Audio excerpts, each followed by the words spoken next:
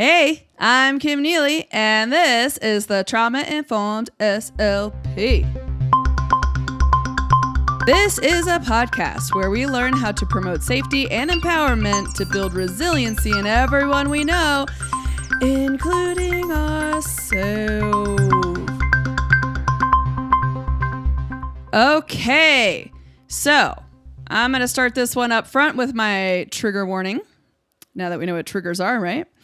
If you start to feel physiologically uncomfortable at any of these topics, if you start to have challenging emotions, and if you are having a day where just nothing is going right, your sympathetic system is already really elevated today, or you're just super hungry or something, give yourself time, take a break, take a drink, get a snack.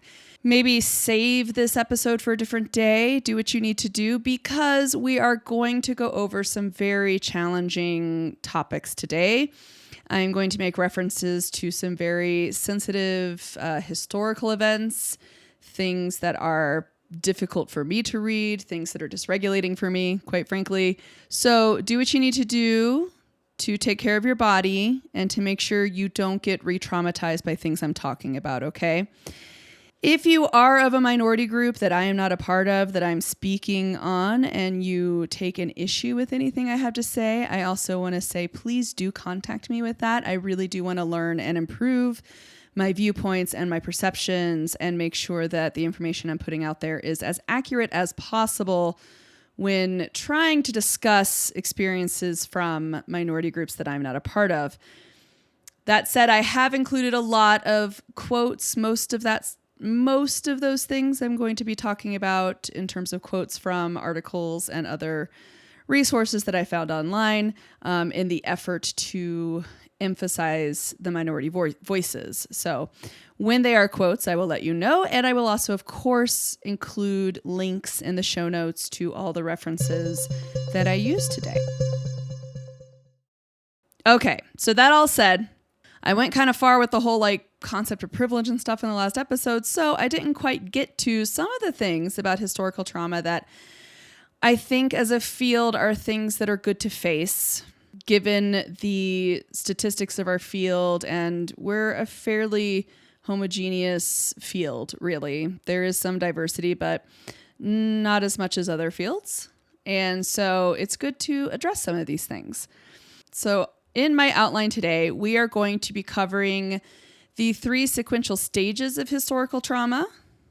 We are going to discuss the hierarchical structure of white culture in the United States, otherwise known as white supremacy culture. It's essentially the dominant culture in our country that was adopted through colonialism and through the English being the primary colonizers here, bringing over their culture and enforcing it upon any minority group that they came into contact with. So we're going to talk about it because it's one of those things where I think as a white person in the United States, I am so embedded in this culture that acknowledging that certain characteristics are potentially traumatizing or re-traumatizing to people is very important to bring awareness to that. And also this hierarchical structure, the fact that our society sort of is built on this hierarchical, here's the actual model citizen and then everybody else follows underneath it. That leads to a moralization of a lot of behaviors and microaggressions and dehumanization for a lot of the other type of behaviors that are very typical for different people of different cultures and people of different brain structures and different neural organization and also different gender identification and sexual orientation and all of that. It all goes into that. And minority religions versus majority religion, it all gets wrapped up into this. So it's good to talk about it. It's something I do want to bring to the forefront because it's something I've been noticing in everything, including when I listen to podcasts on fat phobia and all that kind of discrimination. It's this is so built into this hierarchical structure that we have. And so I just want to start talking about it because I'm just starting to notice all the connections everywhere. And it's such a normalized thing in our society that I think it could be difficult to discuss it if we don't start to develop a shared language around it, right?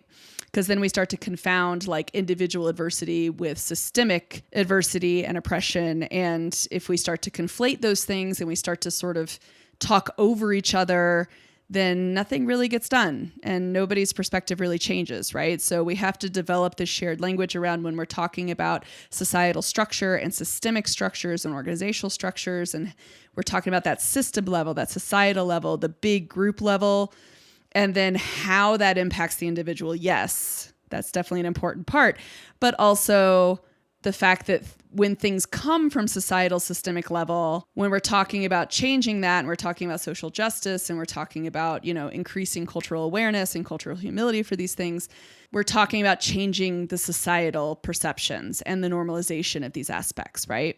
So it's more about the roles we all play in society and what we're born into and what gets normalized to us from birth, and then dismantling the things that are normalized that actually end up being harmful toward other groups of people, right? We want to dismantle that normalization, which takes some time and it takes a lot of learning, and it really takes cultivating a practice of being flexible and listening. But I think developing a shared language is a good way to start, right? Always nice to know that we know if we're talking about systemic things, keep it at the systemic level and discuss those things, right?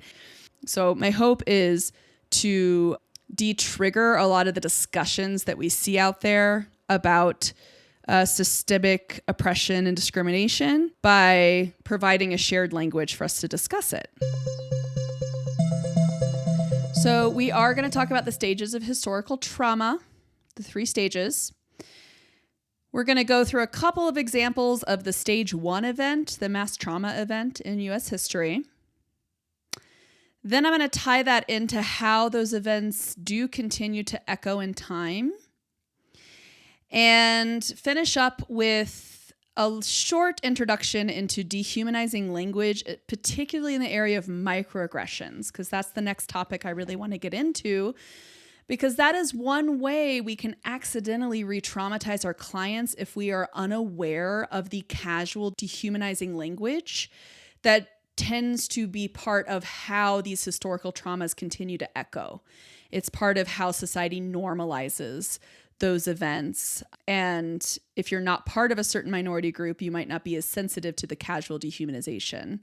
And it's time to start, applying our culture of humility and gain more sensitivity toward that, because it can be very re-traumatizing for our clients and also our colleagues and our friends in social circles. All right, so let's get into it. And I want to start this episode out with this quote. This is from Trauma-Informed Care and Cultural Humility in the Mental Health Care of People from Minoritized Communities by Ranjabar, Erb, and Mohammed and Moreno. And I might have said some of those names wrong, and I apologize if I did. I've extrapolated a few quotes here. So it says, "The lived experience of so many persons involves profoundly disturbing situations such as war, sexual abuse, violence, or racism. These traumatic events are always embedded in a cultural context and identity, rather than approaching embodied, individually experienced culture as something that could be learned, mastered, and neatly categorized. Cultural humility entails admitting that cultural experience is something one cannot fully analyze or understand, but can seek to appreciate and respect. Cultural humility is characterized by principles of mutual learning and critical self-reflection, recognition of power imbalances, and the existence of implicit biases." So that's what we're really talking about today. That's what we're getting at. This is cultural humility. This is bringing an awareness to all the aspects of minority culture that if you're not part of that minority group, you are going to be blind to just by nature of our majority culture, where the general the big picture United States social structure comes from, the societal norms, let's say, where those tend to come from, right? And recognizing that and then learning and moving beyond that. So let's go ahead and get started with talking about the stages of historical trauma. 3 sequential stages of historical trauma. I am pulling this from a presentation, a training that I attended. It's online. It's available all the time. It's through the Arizona Trauma Training Institute. The presentation was Why and How Trauma-Informed Organizations Attend to Equity, Diversity, and Inclusion Training by Ia Affo. And so I am pulling from her slides to discuss the three sequential stages, okay? So this is from Ia Afo's training. The first stage is a mass trauma is experienced where a dominant group subjugates a population of people they consider different, right? And this is where you get segregation and displacement, physical, psychological violence, economic destruction, and destruction of those people, that people's cultural dispossession. Okay. So that's the first step. Okay. Essentially, a dominant group shows up and subjugates the population, right?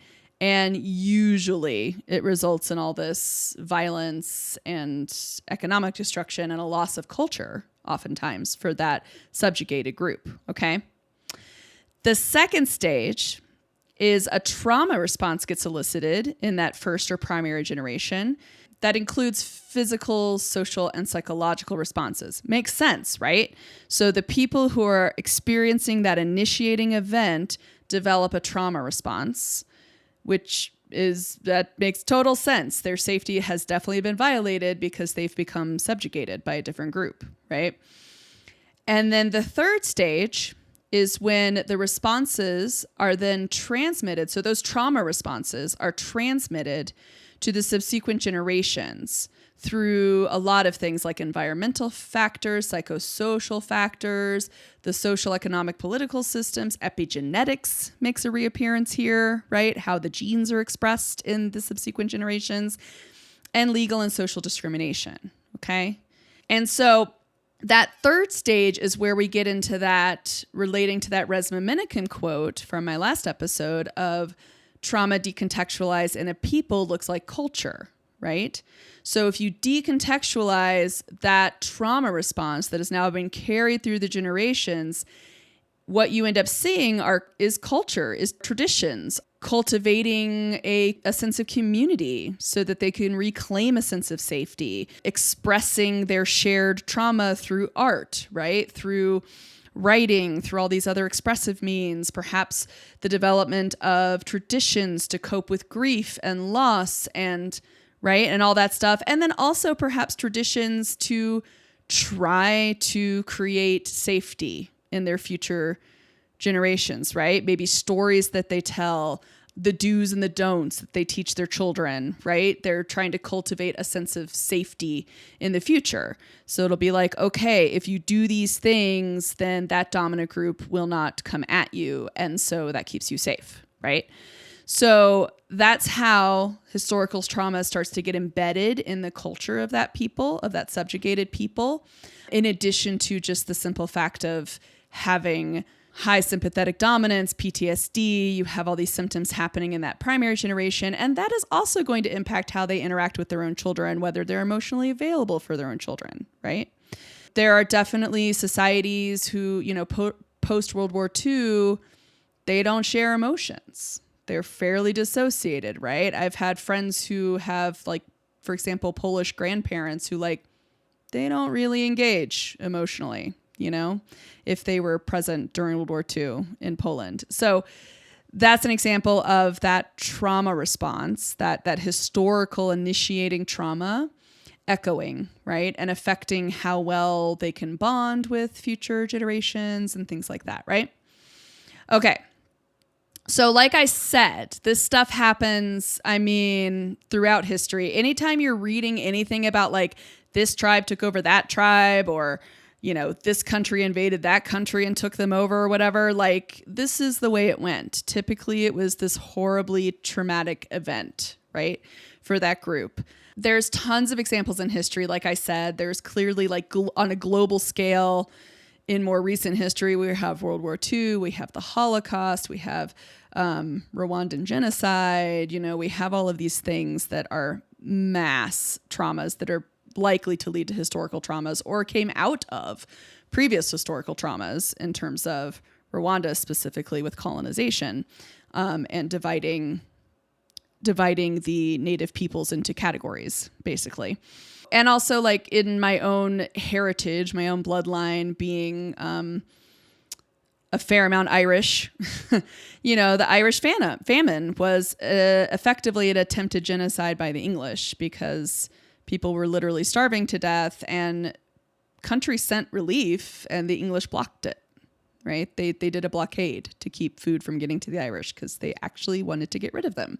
So that's another example of 19th century, clearly a mass trauma experience, but also brought about by previous historical traumas that led to more, basically, right? So because trauma begets more trauma. That's what we see in families. That's what we see globally. That's what we see in individuals. Unhealed trauma begets more trauma. You just have this continuous cycle, right?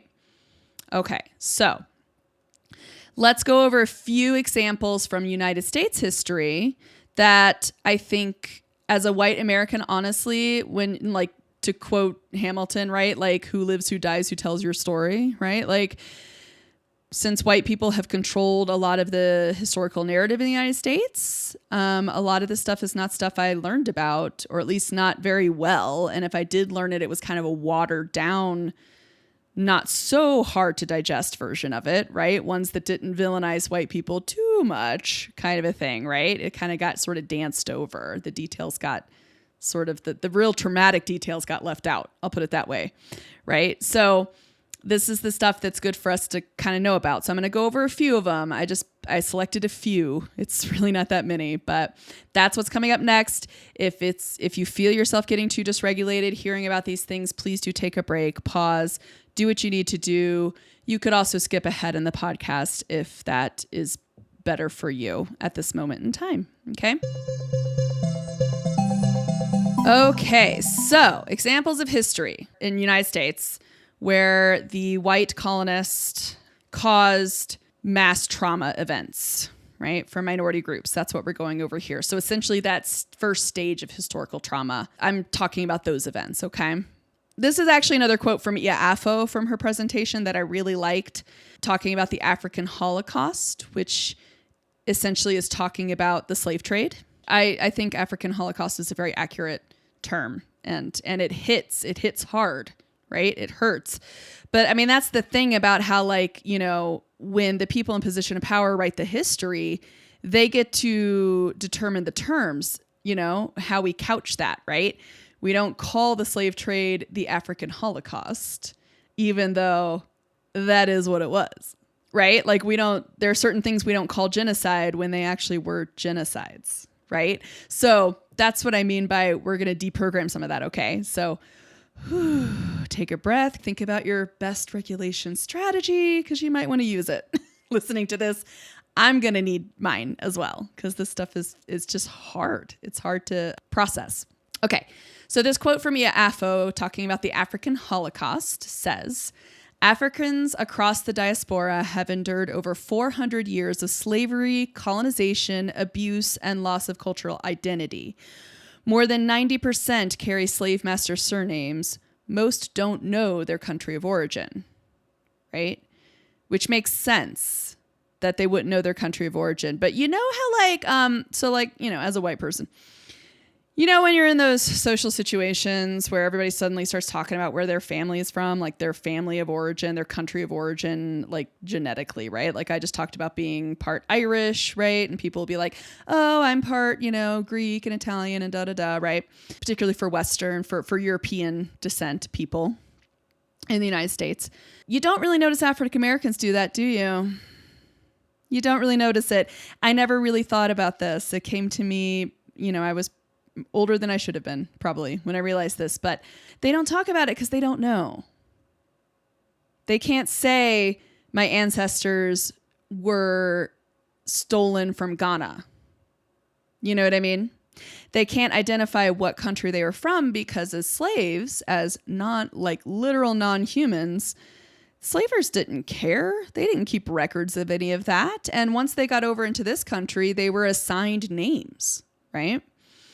Their culture was erased. Their name was erased, So thinking of that. And then also oftentimes enslavers used male on male sexual assault, right? To kind of spiritually break young, strong male slaves so that they would reduce the chance of rebellions, of people wanting to, of that strong young man leading the slaves in rebellion, right? And that continues to have echoing effects in terms of homophobia and things like that in the community. So, yeah. So that just hits hard, but that's something for those of us fellow white people to know, that when you start getting into your, my great-great-grandparents came over from this country, and then on my dad's side, we're from this country, right? If you're in the presence of an African American, they are not going to be able to partake in that discussion. Okay? Just something to know about. Little ways this stuff tends to echo in time, right? That we don't think about. That's the whole point of this episode, okay? The next thing I want to bring up is the American Indian Genocide, which I pulled that term from an article called The 10 Stages of American Indian Genocide by Cameron and Fan. And I will leave a link in the show notes, of course. But it doesn't tend to get called a genocide, right? What colonists did to American Indians, to indigenous people here. But it was. The numbers that were lost, the loss of life, it was absolutely genocide, quite frankly. And we should probably start calling it as such and digesting that, right? Processing that fact. Because if we don't face these horrors, right, then we don't understand how to de-trigger the mentality that led to these horrors, right? I feel like facing them, you have to start to understand the mentality that led to it so that we can be vigilant against it, right? Against repeating it, yeah? So American Indian Genocide included the indigenous tribes were moved, of course, right? They were moved to areas that were ecologically different. They were moved to land that the white colonists decided was not valuable, not useful to them. They faced a lot of economic depression, of course. There was an eradication of indigenous culture through boarding schools, right? We heard about the atrocities in Canada. That became big news, but those also existed in the United States. We had those same boarding schools. We had those same practices of removing indigenous children from their homes and changing their names, cutting their hair, throwing out their tribal clothes, and forcing them into white culture, okay? This was a really good quote from that article that really helped open my eyes here. It says, in the words of John Cohen, as cited in Smith 1995, a higher percentage of European Jews survived the Nazi Holocaust than California Indians survived the gold rush. So let that sit for a little bit when it comes down to whether or not we call this an American Indian genocide or indigenous people, the genocide of indigenous people. Just let that sit for a little, right?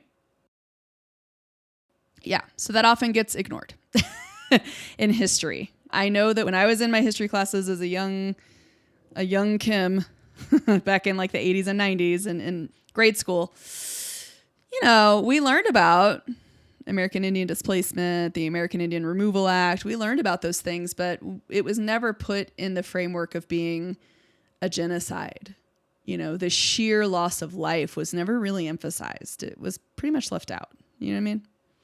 So I think it's important. Those of us who continue to benefit from colonization, which means any white person living on this continent, we have all benefited from colonization. You know what I mean?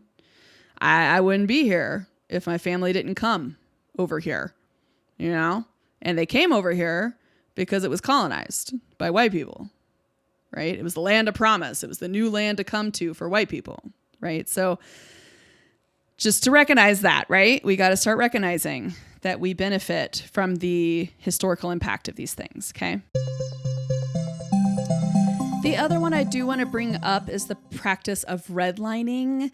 Really want to go through this one because this is essentially why we have suburbs in America. And for those of us who work in schools and school districts, this still has a very big echoing effect when it comes to resources and who pays higher property taxes, and therefore the schools are better funded and things like that, right? So redlining came about when the United States was trying to get out of the Great Depression. And the United States government basically made it really easy to get home loans, to get mortgages so that people could start to own homes and own land. And then that helps the economy and it helps them to build some wealth. So policies were put into place to make it easy to get home loans. This is like in the late 1930s, I believe. But then the mortgage lenders, the banks, and then also the people who are building what essentially are the suburbs now, they put this other practice in place called, well, it's now called redlining, but essentially they color-coded maps. So they made green neighborhoods and they made red neighborhoods. The green neighborhoods were more desirable and the red ones were considered undesirable, perhaps more crime-ridden. Probably shouldn't be too much of a spoiler alert right now, or too much of a surprise that, yeah, a lot of times the redlined neighborhoods were primarily minorities. Okay. So what ended up happening is if you lived in a green neighborhood or you wanted a home loan in a green neighborhood, it was very easy to get the mortgage. If you lived in a redlined neighborhood, it was nearly impossible to get a mortgage. Okay, because it was undesirable. It was considered financially too much of a risk for the bank to loan to you. Okay. This ended up being very racial, obviously, because redlined neighborhoods were minority neighborhoods primarily. When the U.S. government became aware of this practice being put into place, they basically said, yeah, that sounds like a fine idea. Just keep on doing that. So nothing really got changed. So for the next couple of decades, people in the green line neighborhoods, white people primarily, were able to buy homes, accrue wealth. Because it was a green line neighborhood and because it was considered low risk for the banks, that attracted businesses, property values went up, they were able to sell their homes for more money, move into new homes or send their kids to college, because this was still during that time frame where if you got a college degree, you could get a good job and start accruing more wealth. So that gave rise to essentially rebuilding the white middle class of America. The suburban white middle class came from this redlining practice. And by the time the policies were considered unconstitutional and were removed, the damage had already been done. You know, people spent decades in redline neighborhoods where they continued to have to rent. They continued to be at the whim of their landlords in terms of how much they paid. They were not able to accrue the wealth. And so they were still stuck in this chronic poverty state due to systemic structures that were put into place to purposely keep them there, quite frankly. Whereas the white people who were in green line neighborhoods were able to get themselves out of the poverty of the Great Depression and recover because they benefited from the system. They benefited from the banks and the people creating these suburban neighborhoods saying, we want white people here only. They benefited from that, right?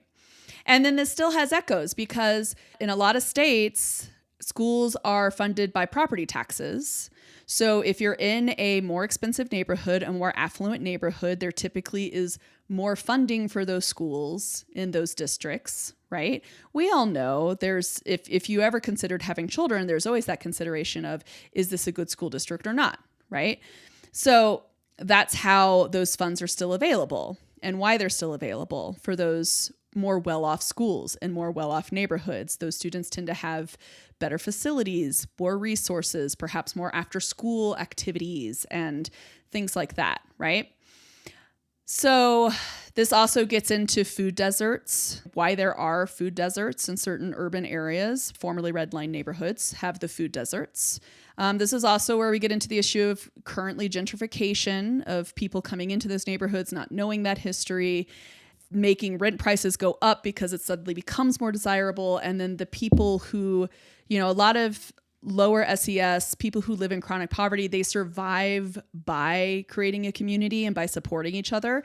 And so if you break up that community and people get pushed out due to rents going up, it becomes much harder for them to survive and much harder for them to have some sort of resiliency against the trauma of chronic poverty. Okay. All right. So I just want to touch on that a little bit. There's a really great video. Adam Ruins Everything did a great video on YouTube I'll link to, so you can learn a little more about redlining if you would like to. The next few that I wanted to go through, I'm actually just going to list them off by name. And if you have heard about them, great. consider how much you know about it. Say like, oh, I've heard of that. Do you know the history of it? Do you know when it started? How long it lasted? That sort of thing. And if you don't know, I will put links below for you to continue to go through that. So, of course, there are Jim Crow laws. It's effectively apartheid in the United States. The Chinese Exclusion Act. The Massacre of Black Wall Street. Japanese American internment. The gay cancer. Do you know what that one is? And how much that impacted gay neighborhoods in cities, particularly. Mexican repatriation. Do you know all the times that has occurred as well? And that's just to name a few. There are plenty of other historical traumas, stage 1 historical traumas, mass traumas, experienced by minority cultures in this country. I will include links to articles and videos to help you educate yourself on these things. If you wish to seek it out, it is hard to listen to stuff, so please do what you need to do. Take it small doses at a time and be sure to process through any discomfort that comes up, because reading about injustices can be a very dysregulating thing, right? So from the coco-net.org, White Supremacy Culture and Organizations, they talked about a few of the critical parts of white culture that are present a lot of times in organizational structures and work structures, right? So this is part of white culture, the sense of perfectionism, right? We have a feeling that there's one right way to do your work. You think either or. You either do this or this is the consequence, right? Put it in writing, right? If you put it in writing, that makes it formal and official, right? So you have this worship of the written word. There is a concentration of power, including some level of power hoarding, which anyone who's ever had a very difficult to work with manager might know that.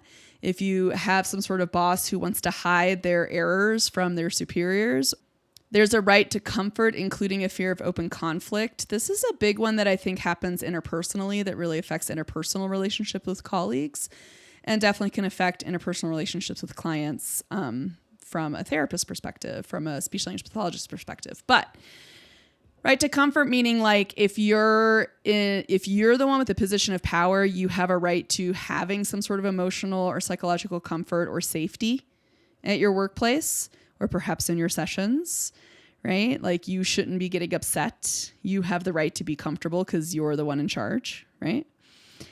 And then fear of open conflict would be like if somebody raises an issue that causes some discomfort in that person who's in that position of power, the typical response is to just interrogate the person who highlighted that issue rather than actually investigating the problem itself, right? Like the whistleblower essentially gets punished because they get, interrogated, and then the problem itself goes uninvestigated and unaddressed, which definitely happens in many, many companies across the United States.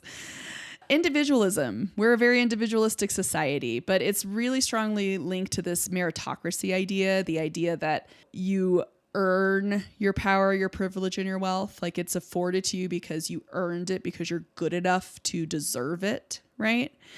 And that is a dangerous thing, because what it tends to do is it just erases any structural inequity that's happening or inequality, right? It's saying that, you can very conveniently forget that you benefit from, say, redlining, for example. You grew up in a upper middle class white suburban neighborhood and you had parents who had wealth and you were able to, whatever. And then believing that it was just through your hard work through college and stuff that you got to where you're at, right? And so that focus on individualism and denial of systemic stuff, quite frankly, handily kind of erases any responsibility the people in position of power actually have to push for equality and equity. And it really does have a big impact on people's power and position, right? And where they get to in their life. Because I think there's an image online of like people starting a race and people starting way further back, right? And that's the idea of like the adverse community experiences, right? If you're born into adversity, just by nature of the color of your skin or your religion or your sexual orientation or your gender, and also with your disability status, right? We definitely have an issue with not allowing disabled people access to certain rights and protections, right? So when you automatically are just born into that situation, you're starting the race further back, right? You have a bigger boulder to roll. You're going to be going slower, right? Basically, we don't all start from the same starting point, right? So that's why meritocracy is a bit of a myth, because when you have a system that's based in inequality, when you have a hierarchical system that's based in these people deserve it and these people don't, what you end up with is systemic oppression of people, right? You don't actually end up with a meritocracy where individuals can just work hard and pull themselves up by their bootstraps, which that whole phrase was actually supposed to highlight how silly that sounds, because if you pick up your bootstraps and you pull, you're not going to move. You can't pull yourself up with your arms, which I always thought that was a weird phrase when I was a kid, because I guess it's my neurodivergency. But I was like, when I would picture it in my head, I'm like, that sounds ridiculous. You can't pick yourself up by like your shoelaces or your bootstraps. And then I come to find out later in life, that's actually the intention of that phrase, is to highlight how ridiculous that notion is, that an individual can pick themselves up and that they don't need any sort of systemic supports. And I was like, oh, look at that. My neurodivergent brain figured it out. But unfortunately, it's become a pervasive phrase that people use in a non-ironic way, a non-sarcastic way, a non-like, what is it called? Analogy? No. Yeah, whatever. They don't use it in the way it's intended to be used in. Okay. Also, our desire for bigger or more progress, right? So trying to be really objective with the data and like quantity of output over quality of output, right? Some sort of sense of urgency. I see this a lot. You can see this in so many places. Obviously, like in the medical system, you can see it in productivity, right? Billing, right? You can just see more patients, even more patients, right? Like, oy.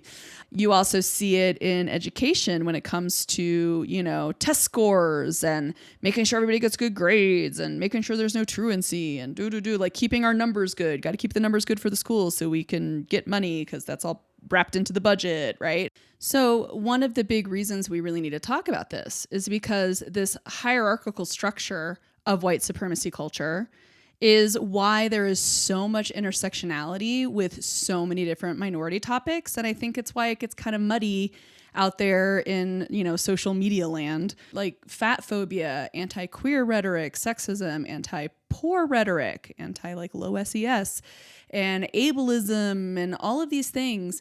They can't really be separated out from anti-Black rhetoric in the United States, because it's all rooted in promoting and normalizing this hierarchy in our society, this idea that there's this inherent inequality among humans, right?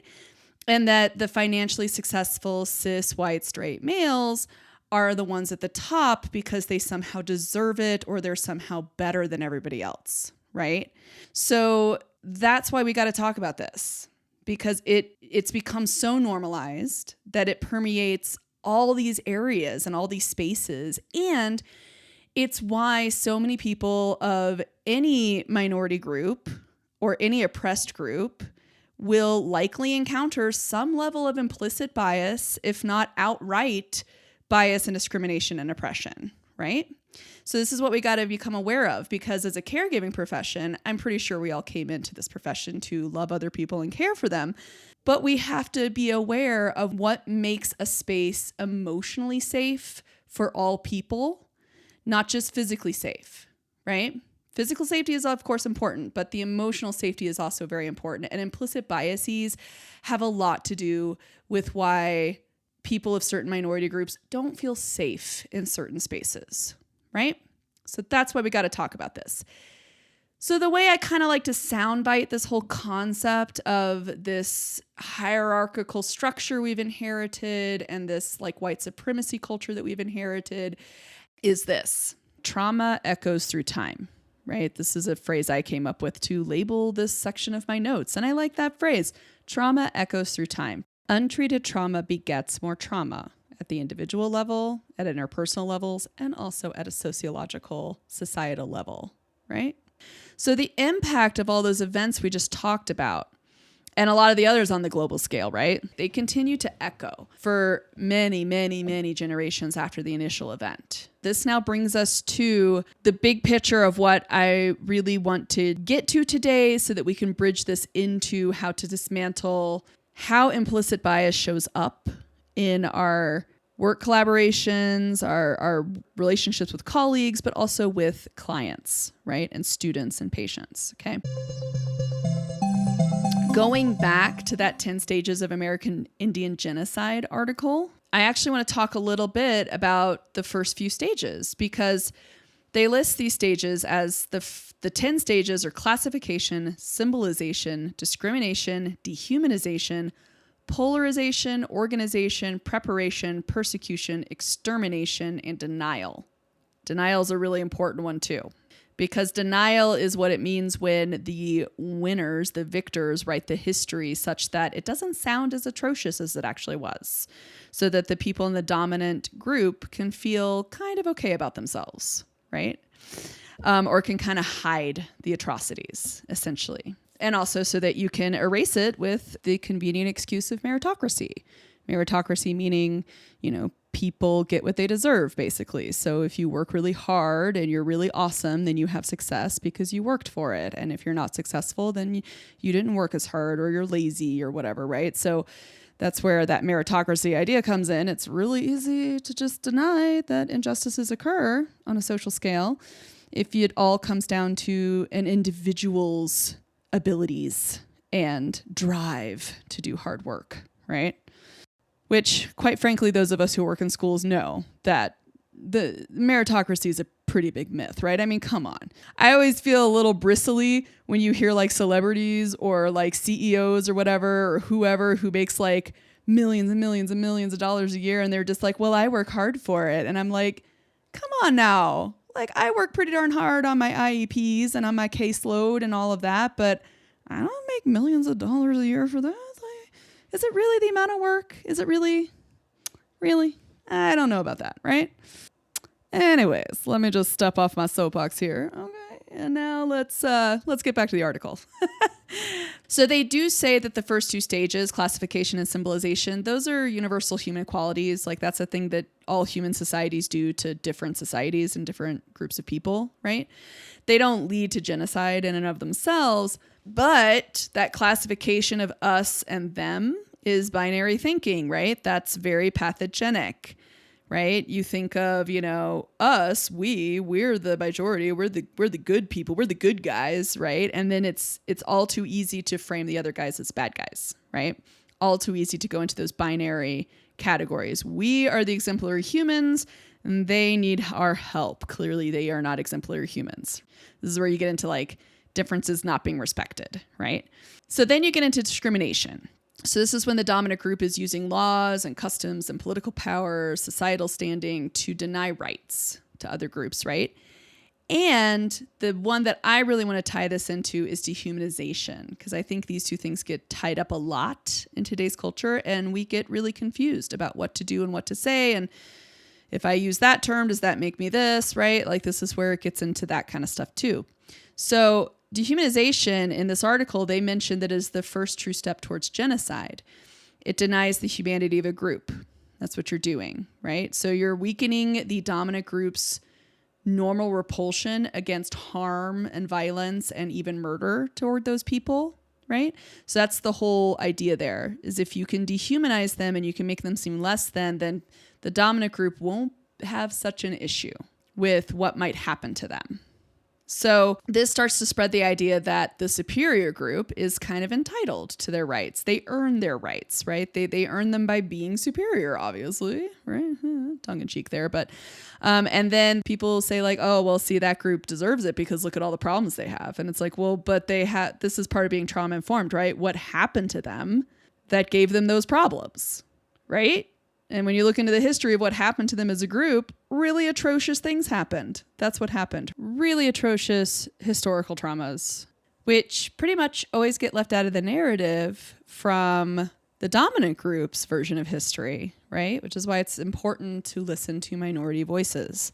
Because if we create this practice of listening to minority voices, then we can start to pick up on these echoes that have happened throughout time, from the oppression, from the rhetoric around the dehumanization of that group of people, particularly language that surrounds that dehumanization, that just lingers, right? Sometimes that language becomes colloquialisms, becomes slang, becomes cliches, we say. Sometimes they just become things that seem normal to say. And if you're not part of that group, you don't hear the same stories of oppression and the signs of dehumanization they went through. You're less sensitive to that, right? So it's easy to accidentally say or do something that belies how implicit bias has permeated the broader culture. What's important about this from a trauma-informed perspective is this is about emotional safety. And it's really honestly a very human thing to be blind to these implicit biases if they happen to a group that you happen to not be a part of. It's very easy to miss these things, right? So that's why I want to start talking about this a little bit more and put it in more of that historical systemic context, the societal context, so that at an individual level, we learn not to do or say these things as much as we possibly can. And that when these things show up, we can hopefully treat ourselves with a fair amount of forgiveness and compassion, because this stuff does just sort of sink into culture and it just hangs around, right? But also to be able to regulate and be flexible and change. And we just create that habit of sort of shifting how we think about things and the type of language we use around certain groups.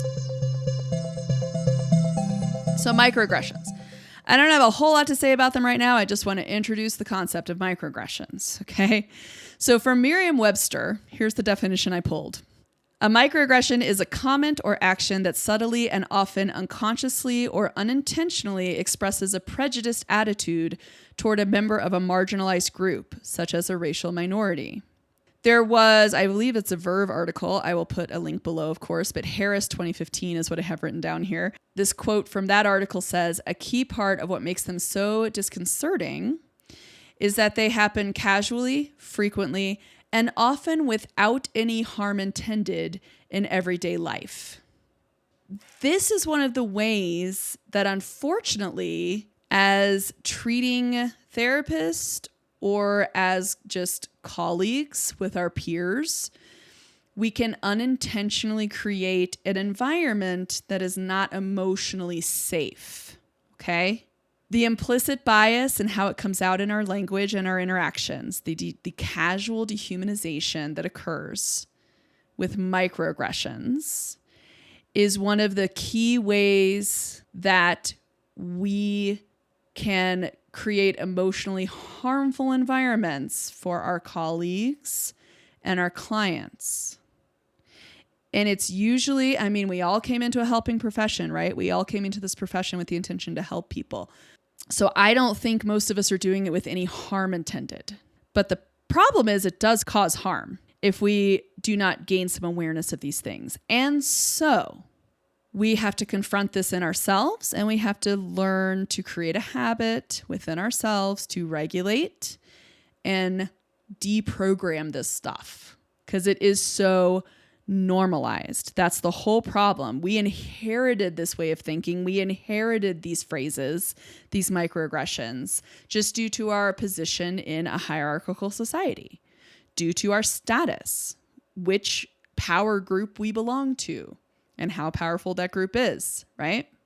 So one really good example of microaggressions, which is probably well it ended at today, as a field that is majority female presenting, or at least majority female identifying when only given the male or female choice at ASHA's last census, we kind of know a really big microaggression that luckily social media has labeled for us called mansplaining, right? Mansplaining became a thing because women at large got very tired of trying to explain the microaggressions that occur in casual interactions with significant others, or social or work interactions with male bosses or male mentors or male colleagues even, right? That's why we came up with the term mansplaining. Sorry, guys. I'm just gonna use this as an example, okay?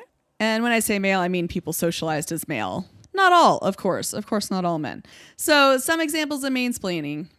When male physicians try to explain to women that childbirth isn't painful, or, what was that one online? I don't remember who this was. It's just something I saw online about how like the lady was at a party or academic party or something, this academic professor, and she was being mansplained to about a topic that she's an expert on. And then the guy was like, oh, you should check out such and such book or article or something. And she's like, I wrote that. That's my book and article, right? Like classic example there. So yeah, we've all been there. We've all done that. We've all, if you've been socialized as a female for any period of time, you have experienced some level of mansplaining.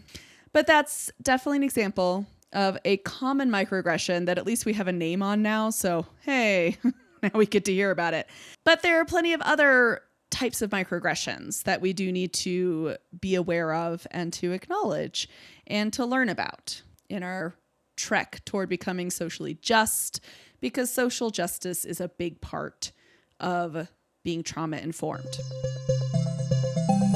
All right, so I'm just going to read off some examples of racial microaggressions. This is a chart I found on the University of Minnesota's School of Public Health website, I guess. Basically, I just Googled for examples of microaggressions and this came up. They did say it was adapted from Racial Microaggressions in Everyday Life, Implications for Clinical Practice from 2007, published in American Psychologist. And when I tried to look up that article, it is behind a paywall. So I'm just going to go with the chart that they adapted. But basically, there are a lot of other microaggressions that happen racially out there. This is when someone's talking to an Asian American or Latino American and you say things like, where are you from? Like, where are you from? Right? Like, hello. I have an Asian American SLP friend and colleague who still gets asked that. And she's like a 5th generation American, So she's like, I'm from California. That's a microaggression because the implication is this person's not really American, right? They don't look American, right? They must be a foreigner. They must be from somewhere else, some other country. This is also, I really hope people in our field don't use this, but if you say something like you're so articulate to say an African American because you, I guess, missed the memo that African American dialect is a dialect and not a disorder, that is a microaggression that people say a lot, right? So it's kind of that idea that we kind of moralize the way people talk. We moralize accents basically in this country, or we place a value to them, right? Where like that accent means you're intelligent and that one means you're not.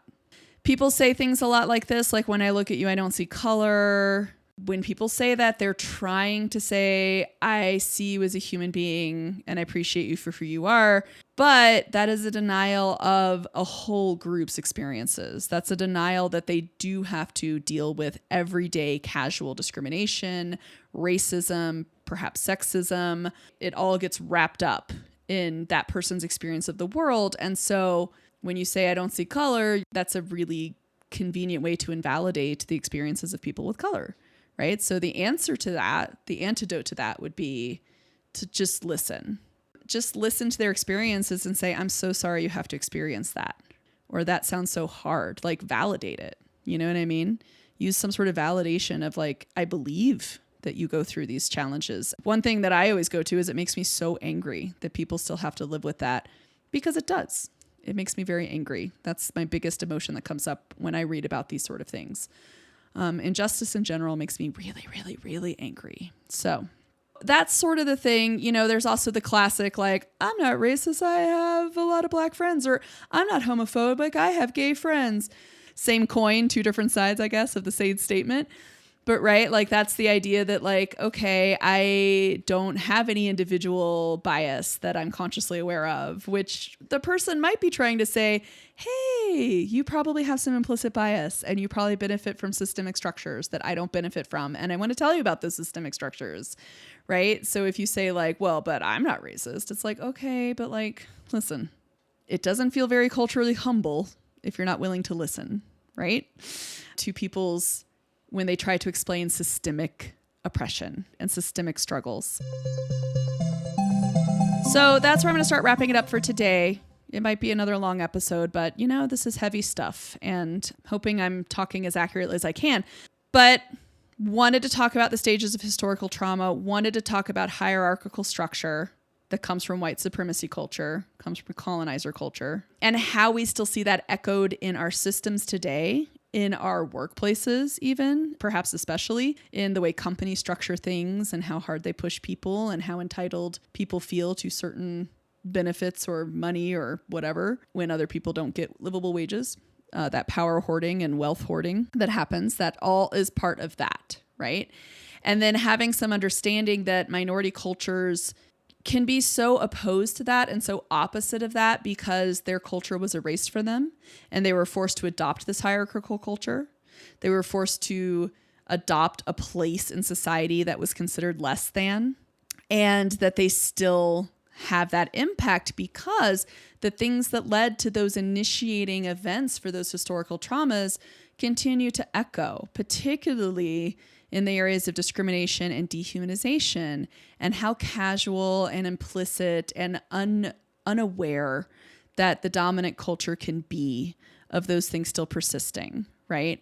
And how hard they can make every day be, and how they can lead to just continued lifelong chronic trauma for people in minority groups, in marginalized groups, okay? So tying that into dehumanization and the use of microaggressions and the casual use of language that dismisses the experiences of people, like mansplaining or like the I don't see color, right? Those sort of things. Another actual example of that, just throwing this in here at the wrap up, is there's a lot of news on this now, but talking about how physicians downplay women's pain, right? Because it's just been normalized that, you know, women are just emotional or they're just exaggerating, right? And as a white woman, I would also be remiss not to mention that that goes doubly so for women of color. They tend to get pretty atrocious medical care, even in the United States, because their claims, their symptoms, the things they bring to their physicians are often not attended to with the importance that they should be, or get denied outright. So coming up next, we're going to keep going from this dehumanization idea, and we're going to talk about how dehumanization starts to be seen in science and medicine, particularly the things that it's good for, the things it can be functional for, and the things it's not functional for. That's what we're going to talk about, and how that casual dehumanization shows up in medicine and science, and how that can lead to some pretty detrimental results for certain marginalized groups. So I know it's like, yay, what a fun time. Okay, important time. It's an important time. Yeah, I'm trying to figure out what to say when I'm like talking about important, challenging things that are important. Maybe it's just my neurodivergency, but I'm not one to like not face something just because it's challenging. You know what I mean? With all that said, I hope you go off, you regulate, you relax, watch some cute animals online, just watch a comedy, do something comforting for yourself, because that was a lot of difficult information to go through. Next time, we're going to get into dehumanization a little more, particularly dehumanization in science and medicine. And I'm going to tell you a little story about the history of trauma in Western culture and the study of it, which I think will be very interesting. It was very enlightening and interesting to me, so I wanted to make a whole episode about it. So I hope you guys all have a great week or two. Do what you need to do to take care of yourselves, okay? It's a tough world out there, but hey, the more of us become trauma-informed, the more we're just going to validate and create a lovely community where we just all feel safe and nice, and we'll have a safe space to go to, right? So find your safe space, create a safe space for yourself, do what you need to do to take care of yourself and your body. And do please join me again as we all discover what it means to be trauma-informed SLPs.